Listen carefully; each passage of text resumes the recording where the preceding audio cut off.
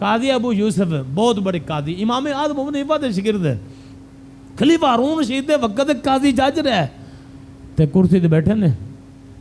جج دے فیصلے ہے مولوی ہے امام، لیکن اس بادشاہ نے اتنا مرتبہ دیتا، چیف جسٹس بنا دیتا، جج تے قاضی بنا دیتا۔ امام اعظم ابو حنیفہ دا شاگرد دے امام ابو یوسف، ہزاراں شاگرد امام ابو یوسف دے۔ آخری وقت آیا، اتنا روئے، شاگرداں نے پوچھا حضور اتنا کیوں روندے جے؟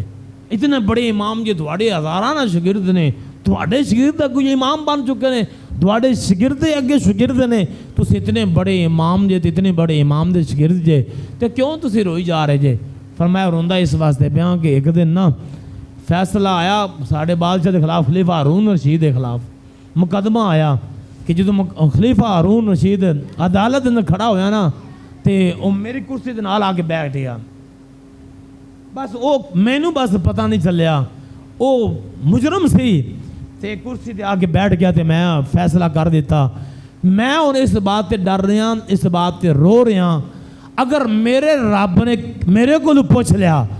کہ وہ خلیفے دا مقدمہ عدالت اندر آیا، تیری عدالت اندر تو جج سی تے سارے جڑے بھی امیر غریب آندے سن تیرے سامنے کھڑے ہوندے سن تے فیصلہ او تو کردا سی تے تو بادشاہ دے خلاف مقدمہ آیا تے تو کرسی تے بٹھا دیتا ہے، بس مینوں یاد نہیں رہا تے میں ہن اے ڈر رہا کہ میں فیصلہ تو کر دیتا ہے، لیکن پتہ نہیں میرے رب نے میرے کو پوچھ لیا تے میں کی جواب دیواں گا؟ آج قاضی آکھ دے، آج قاضی